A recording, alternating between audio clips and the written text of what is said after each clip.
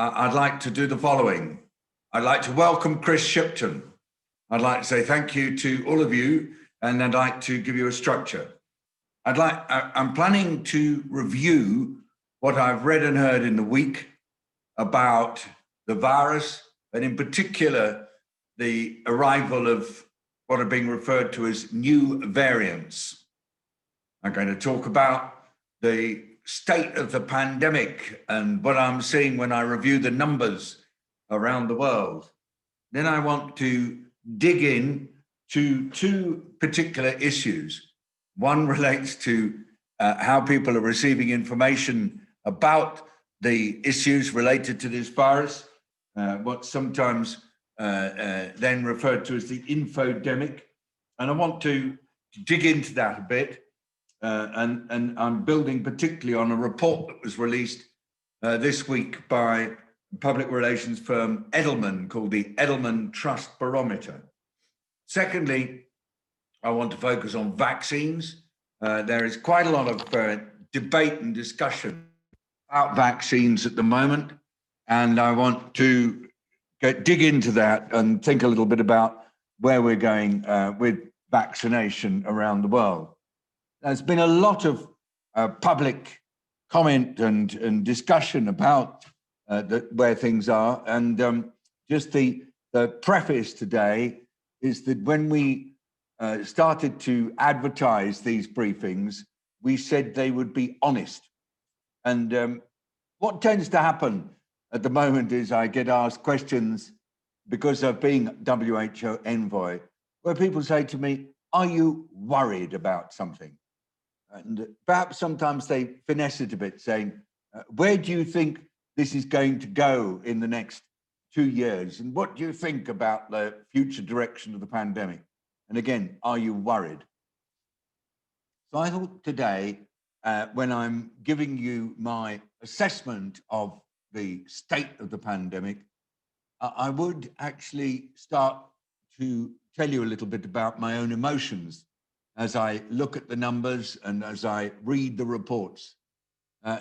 Then that will help you to get a feeling as to whether or not I'm worried and what my worries are.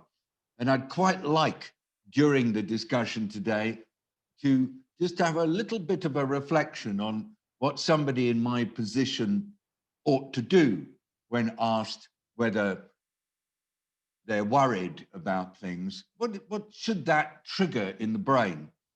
Because I'm increasingly wondering how we do communicate our messages, given the very large amount of spurious information that there is about.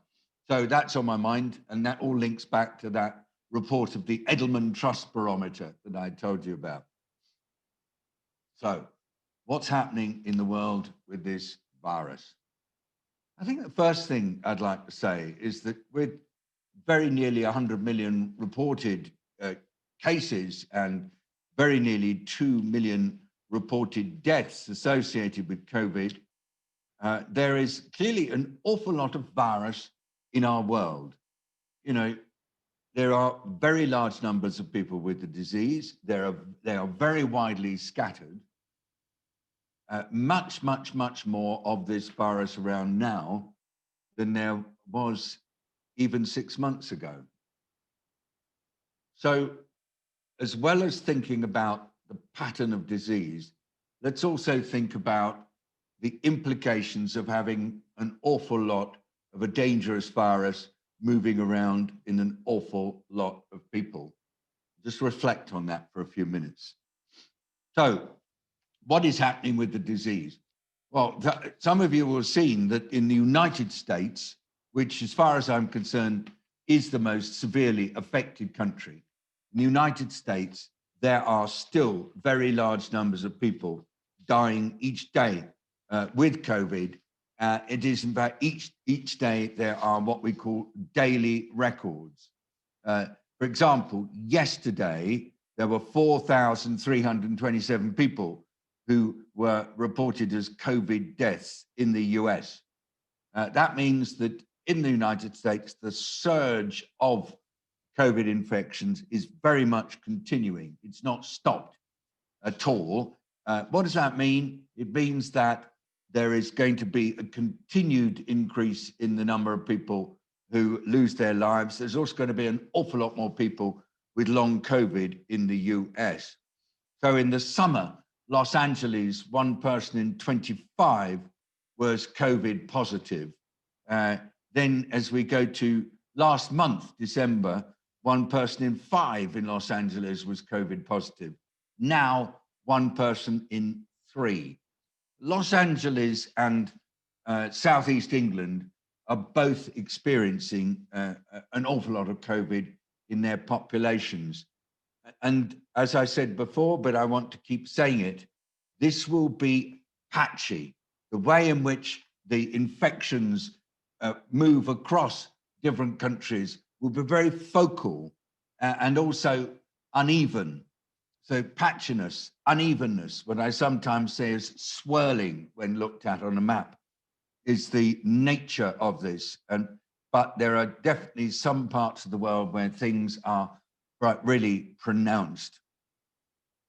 And so the WHO colleagues in the technical team, particularly Mike Ryan and Maria Van Kerkhove, are saying, look, do not relent on the behaviors that are necessary. And so we will continue, I think, for foreseeable future to keep requesting physical distancing, mask wearing, and then hygiene of hands and cough and all the rest, together with self-isolation and looking after those who are most at risk. But that's a little bit of a challenge when we look at the epidemiology now as we study data that are coming through. Perhaps most important challenge is that the virus is changing constantly. It always mutates. Inside an individual who's got the virus, there'll be numerous mutations that occur, but those mutations, most of them will not be compatible with virus survival. But this virus, when it mutates, the mutations tend to survive and become dominant if they're more transmissible, but at the same time, don't necessarily lead to a higher death rate.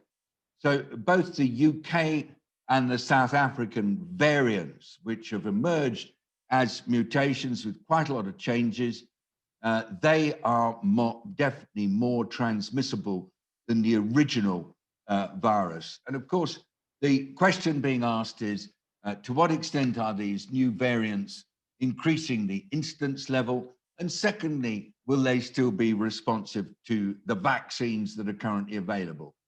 The early results suggest that although the mutations are affecting the spike protein of the coronavirus, they are still capable of being protected by the antibodies produced by the vaccine. There are questions about whether they're associated with higher viral loads, and that is the reason why the infection rates are higher as well. There's an additional series of new anxieties related to the fact that an awful lot of the COVID that is spreading, particularly in the Chinese province that's next to Wuhan, an awful lot of the COVID in the new Chinese outbreak is coming from people who are without symptoms. That makes life super difficult when it comes to controlling. So what am I worried about? Yes, I'm worried about the variants because I am concerned that these variants could end up actually being what we call vaccine escapers. They could not be susceptible to vaccines. And secondly, I'm worried about asymptomatic spread because that makes control much, much harder. Then when I look at the numbers around the world, I told you last time that I'm seeing surges in many, many countries, as well as the United States. There's a lot of surging going on in Brazil, where more than 200,000 people have died with COVID. There is continuing surging in Russia. Numbers of people with COVID are building up In France, though the hope is that the plateau is being reached, Italy, Mexico, Belgium, all reported to be high. South Korea having to struggle a bit. Japan with a state of emergency. Malaysia in the struggle. And I've mentioned China. South Africa with a really serious new wave. This notion of spreading all around the world, but with one or two notable exceptions like India, but otherwise it is spreading in most continents, is another cause of worry. Worry about the continuing spread of the virus. And the reason why I'm worried is that this will be very hard to control without vaccination in a significant amount, simply because you can't ask one half of the world to remain in sort of lockdown and the other half of the world gets freedom with the vaccine. It will create an immense amount of instability. And I think the fact that this is very much still a global pandemic and in fact is surging in different parts of the world is something that I believe is a major cause for concern. And then next point is on the vaccines. I'm delighted with the progress of vaccine production. The latest information I had yesterday is that WHO has received now data on the Sinopharm vaccine. Still waiting for some information on the vaccine from Russia, the Gamaleya vaccine.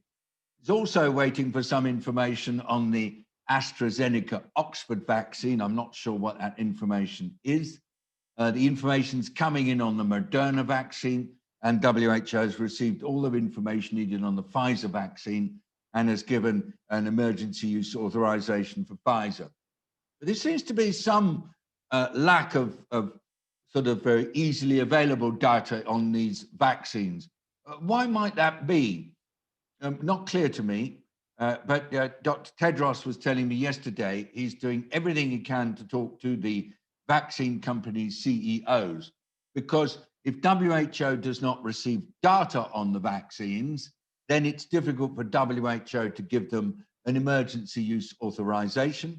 And if WHO can't give an emergency use authorization, together with a certificate that the vaccine is produced with good manufacturing practice, if these are not available, then it's difficult for the vaccine to go into what's called the COVAX system, which is the system through which vaccines are going to be made available to poor countries.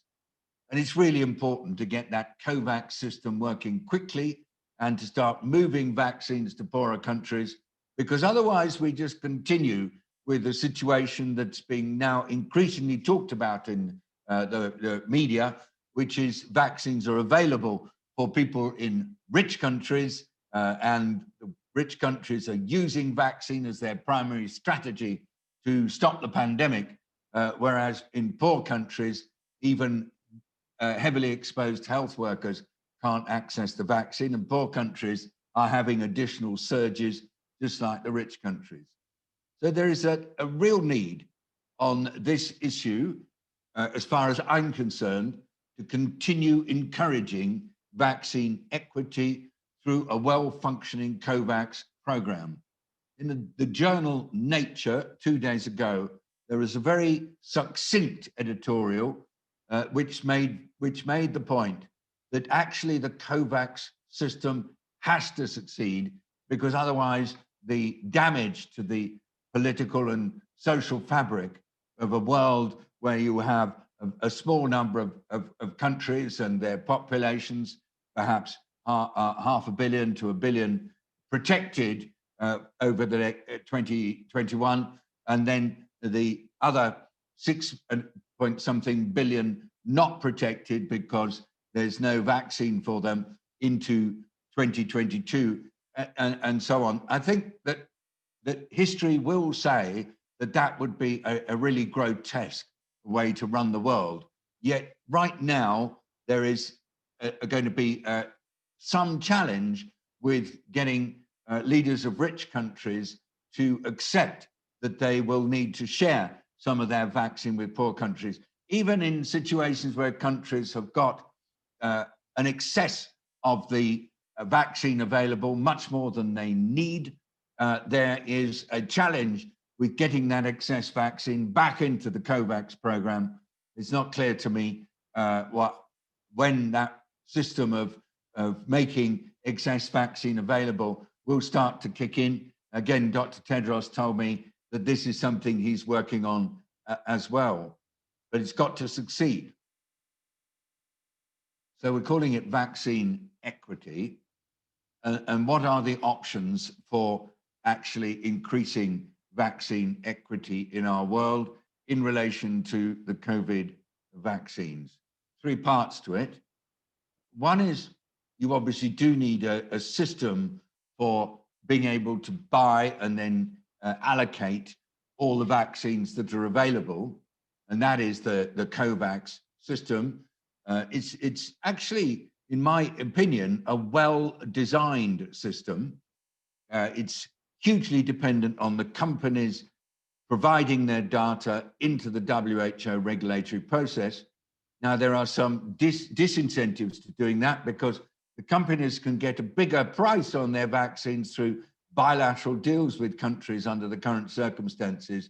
When it's in COVAX, there is a negotiated price. And so actually encouraging companies to sort of do the right thing and come through COVAX is difficult. And of course, there are countries saying to companies, we'd like to do deals outside the COVAX structure because we desperately need the vaccine and we don't mind paying over the odds.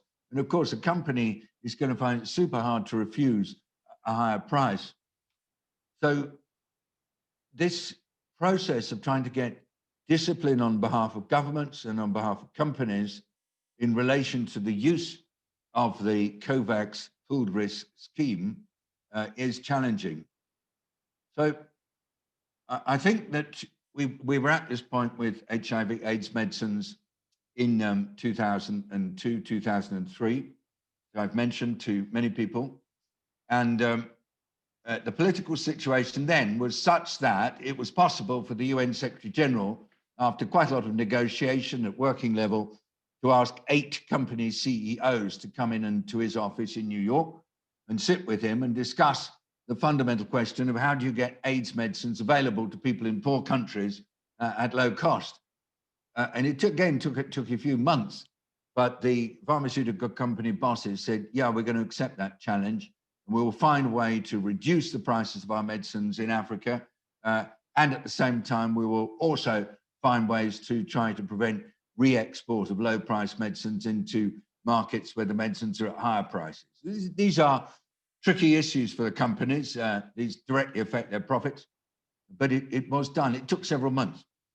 And I suppose we're going to need the similar kind of collective action by the companies. Much harder at this time because we've got companies with vaccines that are going through trials like Johnson & Johnson. Last thing they'll be wanting to do is to necessarily negotiate away some very lucrative profits by saying, okay, we will put all our vaccines through COVAX. And there is going to be some delicate politics and delicate business work necessary. But I think it's got to be done. Or it's not, if it's not actually done, it's got to be tried. And you need a strong political force for this to happen. It just simply calling for it isn't good enough. So I'm trying to look for ways of seeing whether or not any of the high-level processes this year offer opportunities. Well, the UK is chair of something called the G7. And I understand there will be an intention to have a health initiative in the G7. I mean, there are a lot of issues that G7 will want to look at, particularly standards for sharing data and antimicrobial resistance. But I think at the center of the G7's concern should be finding a way to ensure that everybody in the world has a chance of accessing vaccine. So let's see whether or not it'll be possible to get a bit of gentle energy behind the G7 to to encourage them to take vaccine access really seriously during 2021, with a particular focus on equity. Then, if we could get strong G7 commitment to getting COVAX adequately funded, and also to working with the chief executives of the companies. Obviously, you never want to pressurize a company, it doesn't work, but you do want to make them feel that a fair system is being developed. Let's see, that's certainly one of my personal hopes. I mean, I don't have nice, strong levers to do this, but I got a text from Tedros yesterday after my conversation with him, in which he was very clear that as far as he's concerned, WHO must stand for vaccine equity. At the moment, 42 countries have started vaccination, 36 of those are rich countries, and 6 of them are middle-income countries. So we need to just remember that health workers and others in poor countries don't have very good protection, are at high risk. The data through from poorer countries shows that most of those who've been ill and dying are exposed through their professions. So let's try to get that political energy right. And I shall be quite busily looking for avenues to, along with others, just try to build up the clamour. So we get it right, we get COVAX working. Then there's a third part that I think is important. On polio, we've got something called the Global Polio Immunization Program. And that's a program to try to make sure that every child gets either oral or injectable polio. It's switched to injectable polio vaccine. Now, it's been running for years because the polio eradication program has been running for years and the job isn't finished. And there's been a huge amount of work supporting national governments and others with all the technical assistance needed for this program. And then when you look what's happening, for example, in the UK or the US, there's a huge amount of human capacity as well as financial backing going into the rollout of vaccination at quite some speed in the UK. And once Mr. Biden gets in, there will be a similar thing in the US with more than $1 trillion bill going through the legislation once Mr. Biden is elected, we hope, which will include a lot of support for vaccination. There'll need to be a global coronavirus immunization program if there's going to be any hope of vaccinating the world population in a reasonably short period of time. Linked to the program must be a science group that will look at issues like what are the advantages or disadvantages of a longer time interval between doses, or particularly of the more conventional vaccines like the AstraZeneca Oxford vaccine. You know that in the UK, there's a strong feeling that the dose interval will be increased to 12 weeks or even longer, so as to try to make sure that as many people as possible quickly get at least one shot and get some protection and do that fast. So these are science questions. They've got to be built in to the immunization program. There needs to be work on what happens if the vaccine is kept warm for a week by accident. To what extent is that inactivated? There's got to be work on making certain that the side effects are minimized, that those who are likely to get side effects because they've got severe allergies are identified early. A lot of work to support with an innovation campaign to support it. We know there's a lot of vaccine hesitancy, but the evidence suggests that hesitancy drops over time once the hesitant people have seen others be vaccinated and do well. So I'd like to see built into this global coronavirus immunization program a science group, an advocacy group, and then some degree of standardization.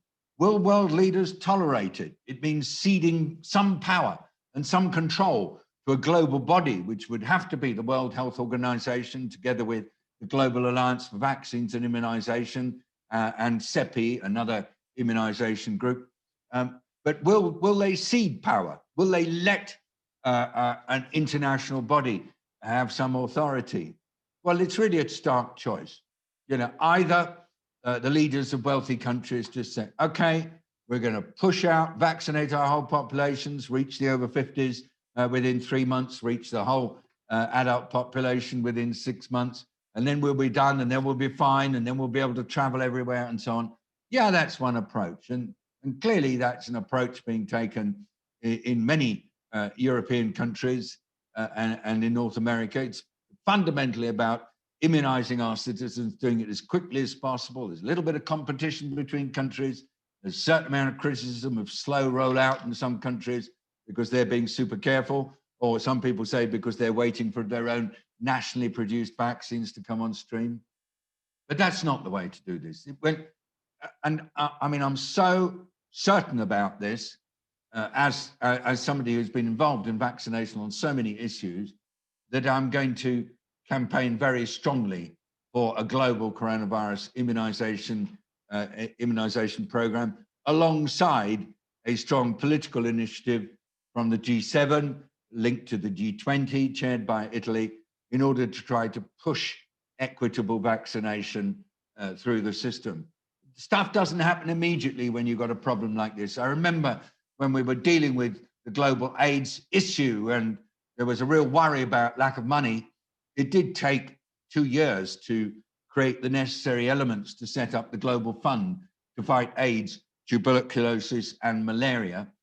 This has all got to be done at 1/10 of that speed. We need to really get the necessary arrangements in place within 2 or 3 months.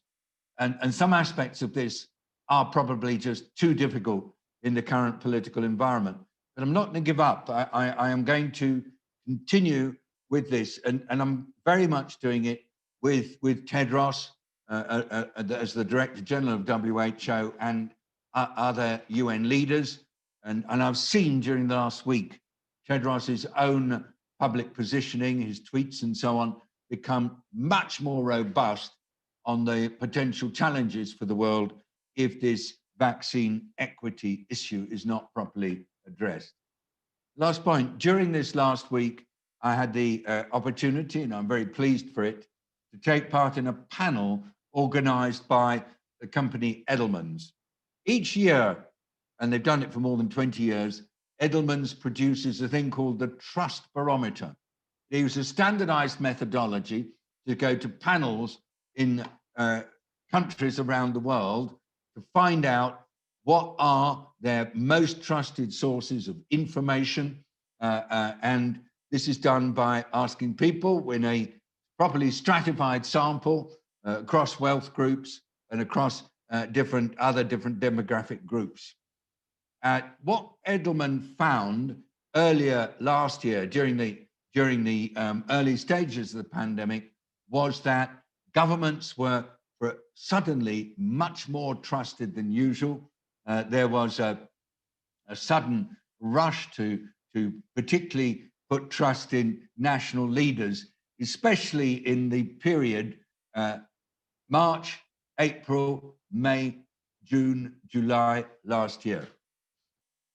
The reason for this sudden increase in trust was said to be because it was an emergency situation for the world, and people everywhere were putting their trust in governments because in an emergency, you look to an authoritative leader to help you through it. At the time, the hypothesis that Edelman's had was that this was a trust bubble and that it would drop over time. That the basic situation in the world was that by and large, governments are not enjoying a big popularity moment, and especially among those who are nervous about the power of state in different countries. And so the next Edelman Trust Barometer field work is done in December. The barometer is produced in January, that's the normal time, comparing previously what's happened. Well, trust in governments has reduced really substantively. There's been 10%, 15% reduction, depending on which country you're looking at. Some countries, very, very low trust.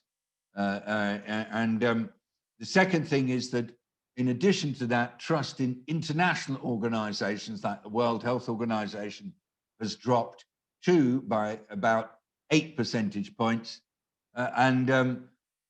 Surprisingly, trust in business seems to be holding up at the moment. I think that the way that's explained is that by and large, people know what to expect of business leaders, so it's easier to trust them, whereas they've found that government leaders have been offering quite a lot of short-term pieces of hopeful and positive news, which has subsequently proved to be not sustainable. So there's a sense that governments have been trying to promise that there was an end in sight and that there was mistrust because it just hadn't happened. But there was a request to me in public to try to explain what was the drop in trust to WHO all about. And this was particularly during 2020. And I checked with colleagues in WHO and they said, well, in our experience, one of the reasons is that we had our major supporter, United States, and not just criticizing us in public with 18-point memorandum but posted on Twitter on May the 18th last year.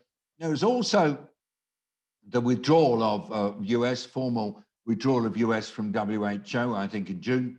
And more to the point, really sustained series of statements. WHO messed up, WHO's too close to individual countries, WHO's feeble and all that sort of stuff. And I think most of us believe that if you have a significant number of world leaders just finding it useful to make those sorts of statements, that does break trust. But my own view is that several different groups actually have responsibility when it comes to actually trying to deflect blame and break trust. You see, who's been served by this constant refrain that WHO's messed up because it's been too pally with China? Well, it's the countries that have had difficulty with dealing with the COVID, quite honestly. And there's been, I believe, a fairly large amount of deflection.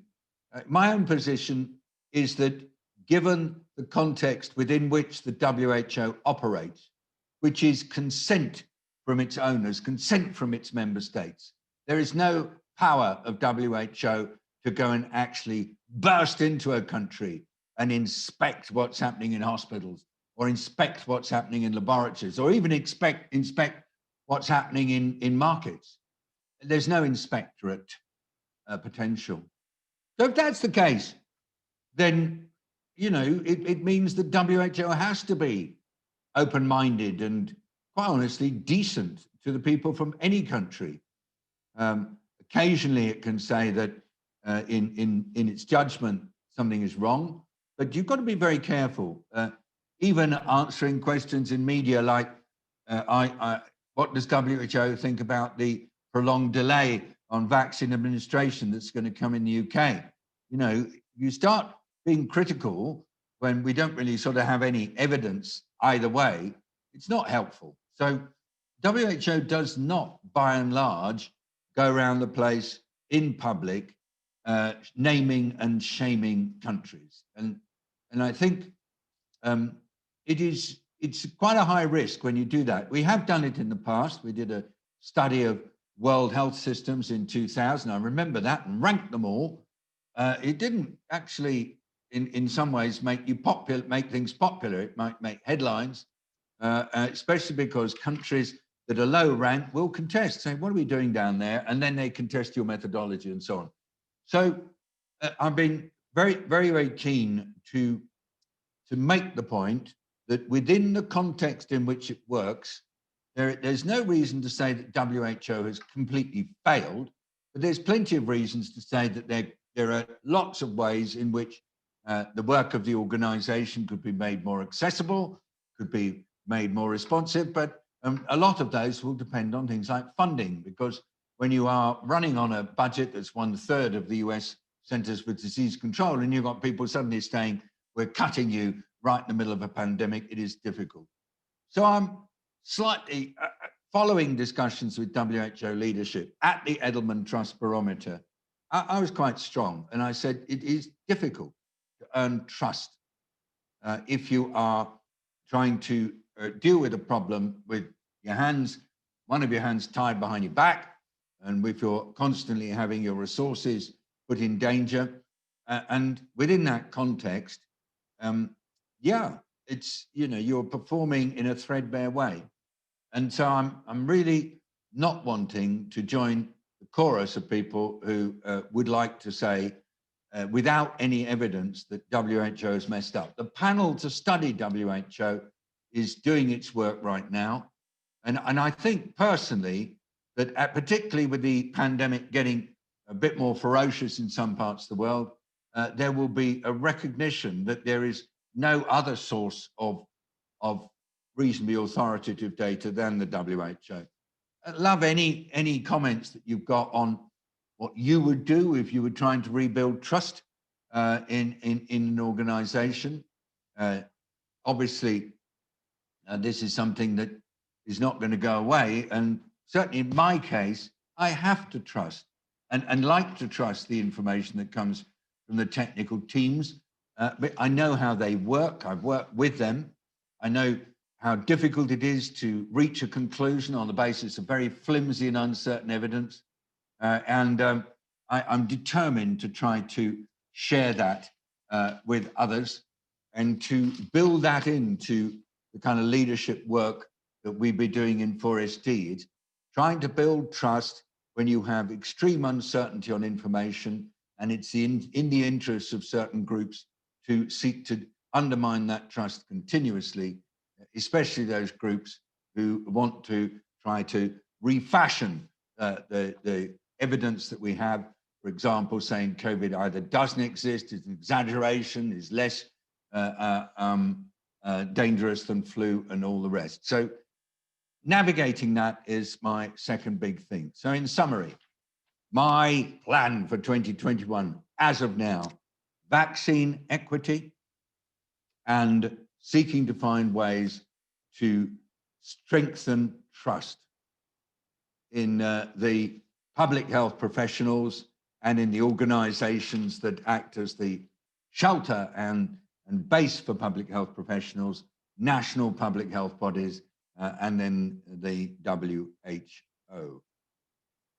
Now, I thought I'd answer some very specific questions. And we're going to, first of all, I want to talk about infectiousness when you've got COVID and all that. But before I get into that, I just want to ask Twee, because I didn't bring her in at the beginning. Twee, is there any point that you'd like to make while we make the transition between me talking and then getting some questions and comments from others? We do promise a bit of interactivity. So I do have a poll set up, which is relevant to what you've already spoken about on vaccines. So I'm just going to launch that and go through that quickly, just a way for us to be a bit more interactive here in the middle break here. So question 1, COVAX is one of 4 pillars of the Access to COVID-19 Tools Accelerator. It's a framework for collaboration. What are the other 3 pillars? Question 2, the aim of COVAX is to accelerate the development and manufacture of COVID-19 vaccines. And 2, guarantee the low cost of vaccines, access to vaccines to all, develop more mRNA vaccines, or guarantee fair and equitable access for every country in the world. And question 3, which is a little bit more, which is a fun one that I've put in there.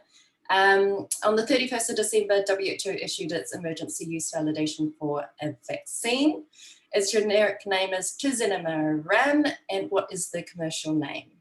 So whilst we get the last responses in on those 3 questions, just a bit more background on the ACT Accelerator. So it's a framework for collaboration. It's not a decision-making body or a new organization, but it brings different stakeholders together. It was set up in April last year in a response to a call from the G20 leaders and launched by WHO, the European Commission, France, and the Bill and Melinda Gates Foundation. So we have, I'll give you 5 more seconds to put in your responses. Don't worry, the answers are anonymous. and it's just a fun way for us to get involved and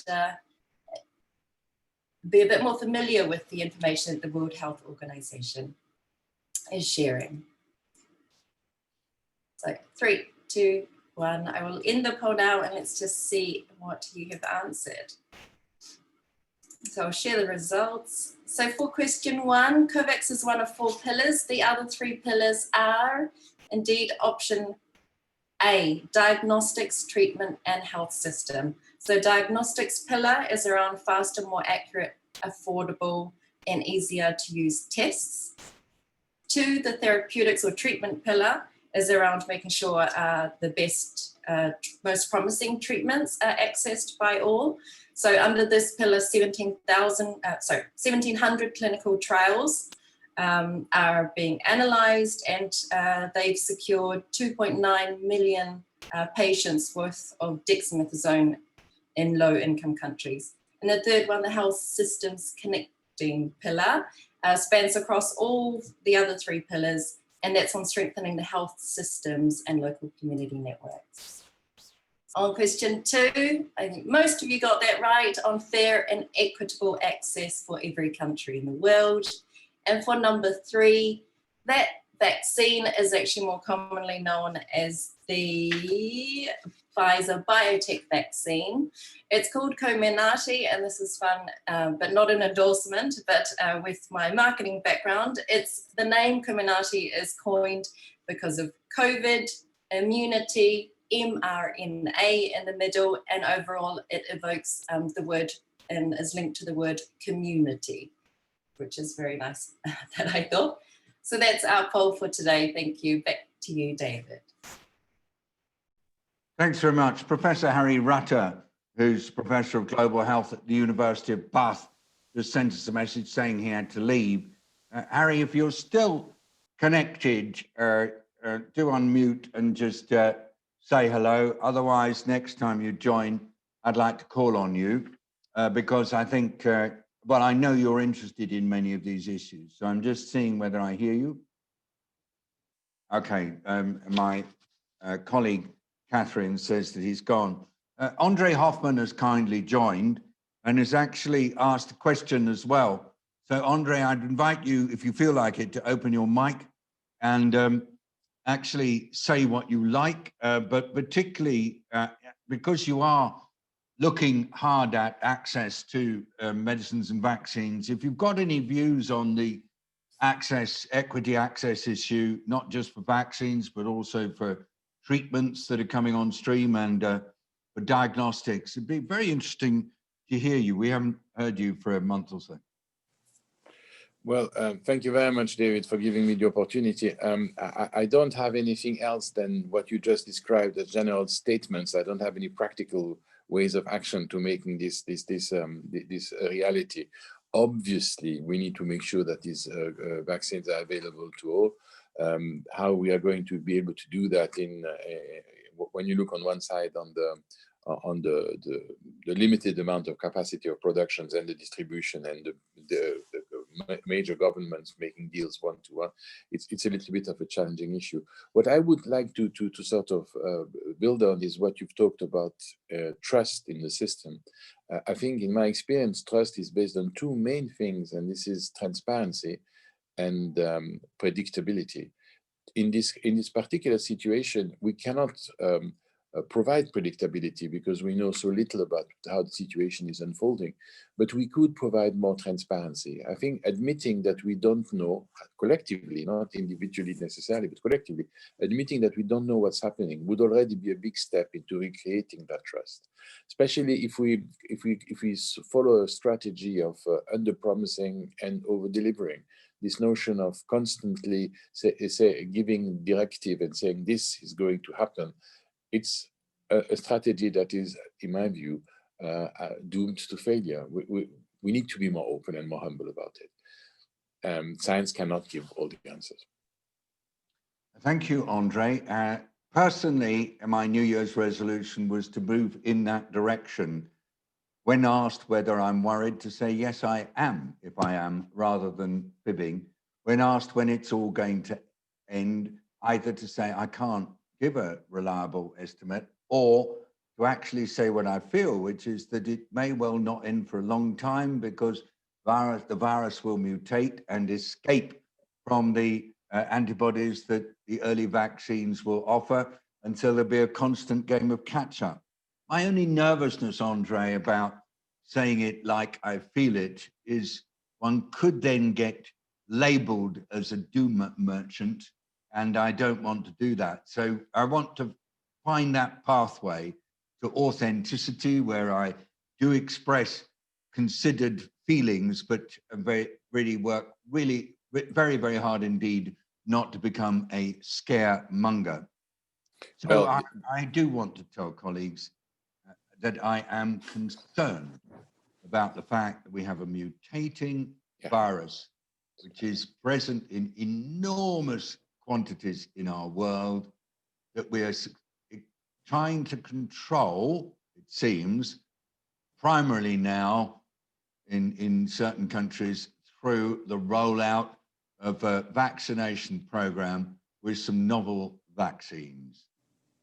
And having got into that space with some animal diseases, particularly H5N1 avian influenza in 2005 in some parts of the world, I can tell you that if you're trying to catch a virus with a vaccination program, you are also creating a selective advantage for the emergence of variants that will be resistant to the antibodies that are produced by your vaccines. It's just natural selection, as I see it. So David, I think that particular message is an incredibly important one. We cannot reason just in terms of traditional medicine, pathogen therapy, disappearance of pathogen. This is population biology. This is the famous arms race we talk about in biology. The target will move, the target will adapt, and we need to be quite clear about this. So, and it's Professor Morse, Professor Nurse, who used to be the head of the Royal Society in the UK, he was also at Rockefeller University in New York, has been very clear about this, that this constant adaptability will lead to escape. And so look, let's just see what's happened as a result of this. There is a variant that has emerged in Brazil, and the UK Chief Scientific Advisor during last week actually said, I'm worried about this variant.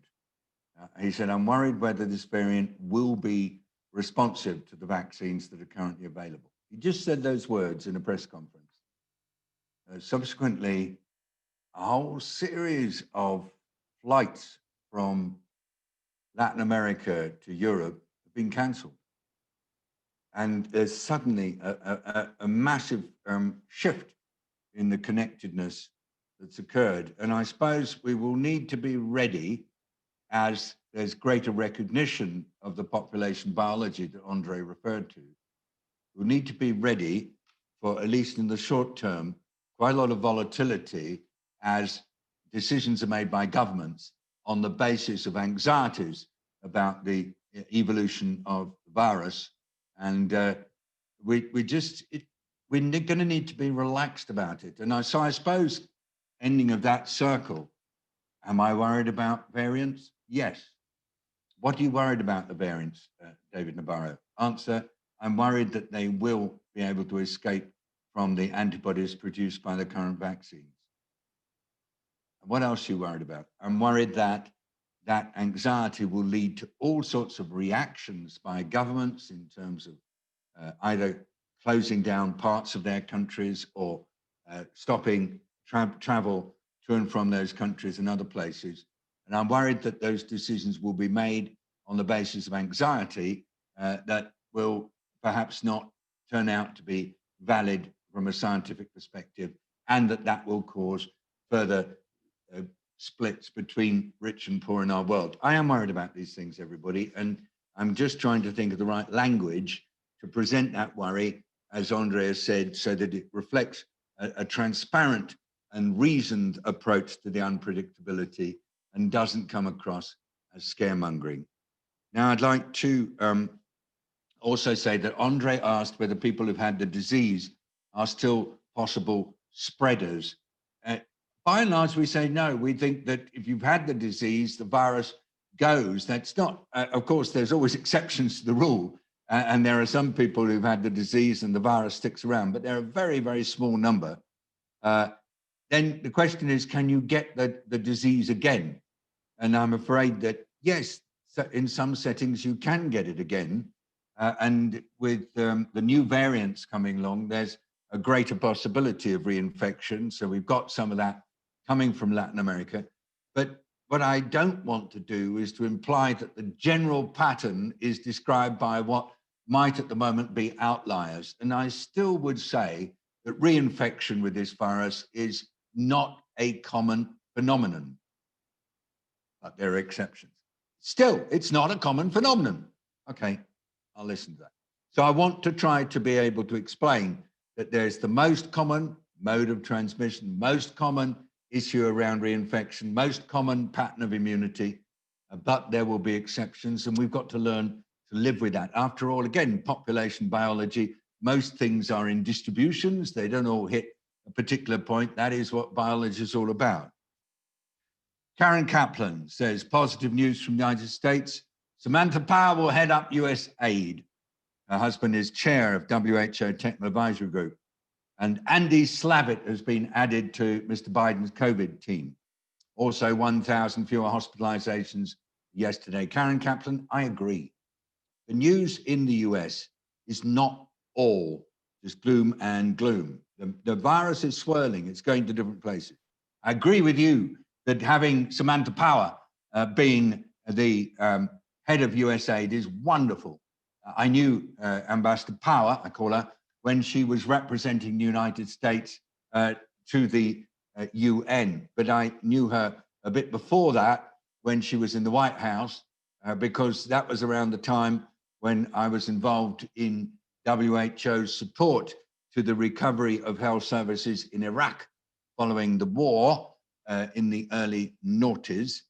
And of course, Samantha Power wrote an extraordinary book about what happened in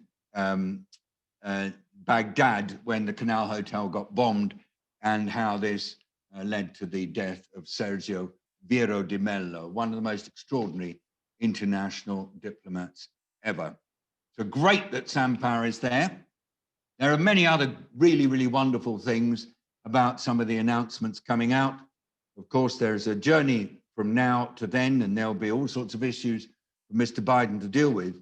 But it's great that these people are coming back. Great that Andy Slavitt will be in there. Great that we've got people like Jeremy Konyndyk, who used to head emergencies at USAID, is very much in the loop.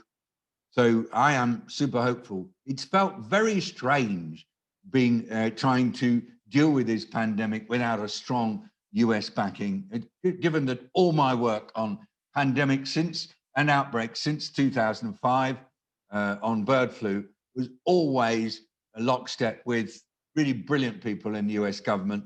So it's great. And I heard that Beth Cameron, who was very much part of all the work we did on trying to help countries get stronger, and which I'm sure has led to many African and Asian countries being very good in dealing with the pandemic, in my view. Beth Cameron I'm told, is going to go back into the White House, into the National Security Council. So these are really very, very good signs. I can't tell you how good it feels to be reading this news. So thank you, Karen. Let's rejoice on that one. Annie, yes, I want to just look at you, Annie, and say, I am super proud of the scientists who are doing this work. I've got so many colleagues who are deeply involved in developing rapid diagnostic tests, all saying, oh, I need 500,000 or I need 750,000. The venture capital is hard to find. But the scientists, they're working without pay, or they're paying for the reagents themselves, or they're working flat out 24/7. One in particular, who I'm just a real fan of, but I can't talk about the person because the work is still under wraps. But this scientist is just so clever. And I went to hear this scientist give a presentation on a methodology that's being used for HIV detection. And I remember immediately after we were working on COVID saying, couldn't we do this with perhaps COVID? And the scientist has been moving ahead with the work, and it's just wonderful to watch. And I try not to make contact with the person, and we'll wait and see. Stuff is moving forward, Annie. Diagnostics, and then on treatments, it was British scientists who did the work to find that dexamethasone gives quite a good increase in recovery. And then, as you say, a lot of British science on the vaccination, and there's British organizational science on local approaches that we've discussed so much in this program. Now, Sihaj Sharma asks if delaying the second dose increases the chance of the virus developing resistance. Is this like AMR? I have to say, I don't know the answer to that question. I have asked, and of course, there are colleagues telling me, yeah, if you do delay the second dose, you are actually recognizing that you're going to get a lower overall protection.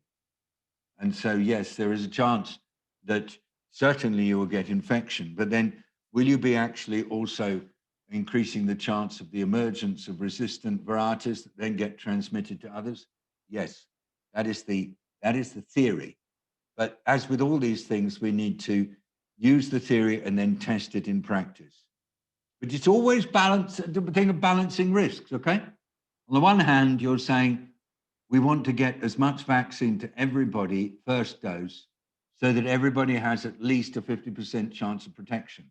And that's the absolute bottom end of what you consider okay for a vaccine, is 50% usually.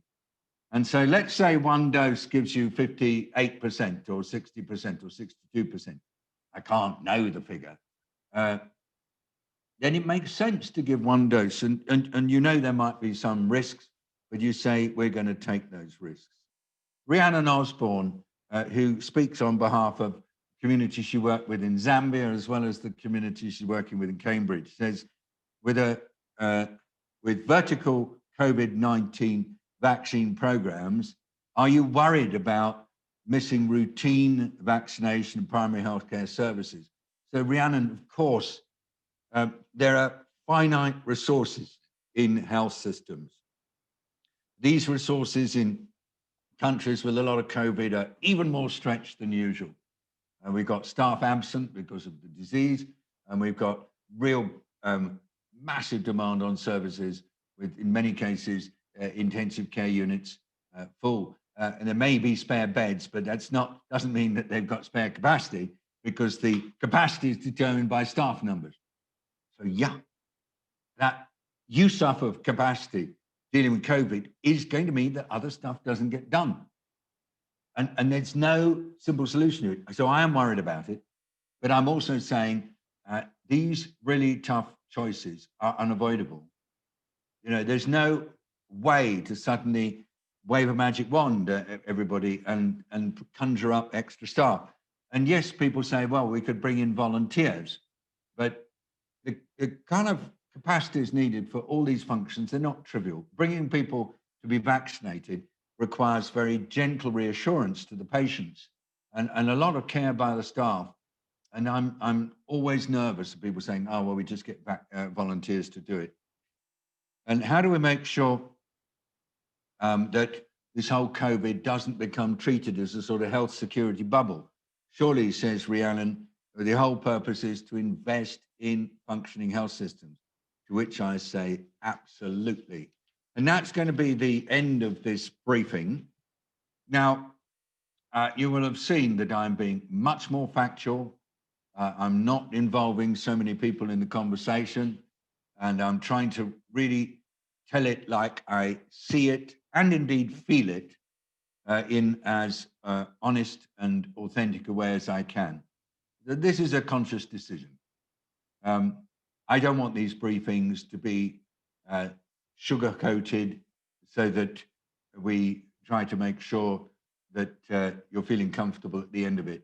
I want people to tune in because they hope they will get somebody who's not scared of saying it like it is and of engaging with people. If this causes you any disquiet and you think you would like to talk with me about it, please go through the WhatsApp group, contact Twee, or if you like, come direct to me. And last point is, I do follow many of you on social media, and I really am pleased with the way in which you are leading for clarity on where you think this is going and clarity on what you think needs to be done about it.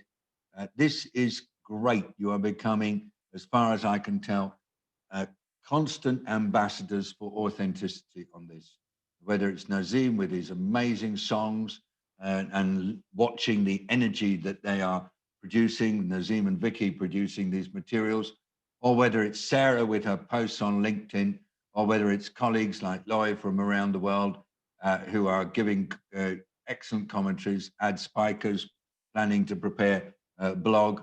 You know, this is where I hope you will be in 2021, part of that community of authenticity. Chris, would you like to say some last words?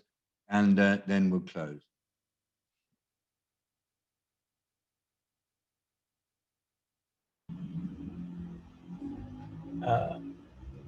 Sorry, I don't haven't formulated any words, but yeah, I think I definitely think the straightforward, honest approach is, you know, very helpful. Thank you, Chris.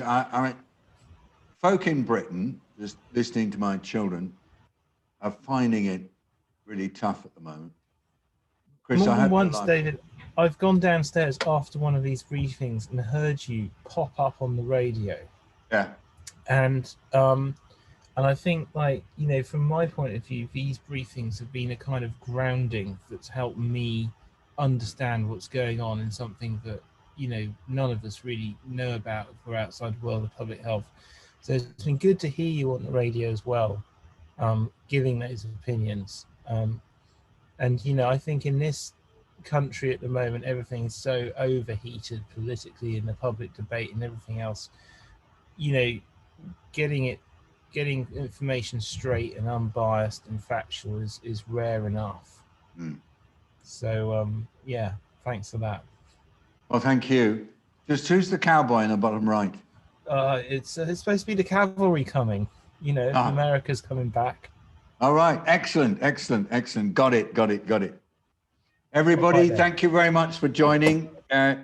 Big fondness. You can't, I was listening to Andre. He said transparency and predictability are necessary for trust. I totally agree. But I do think the third leg of the stool is also being connected and respectful. And for those of us who find the word okay, it's about love as well. So thank you very much indeed. Fondness to everybody, and see you next week if you want to join. Thank you. A real gratitude to Catherine Deland, who's sitting opposite me and who works so hard on all this stuff. Bye.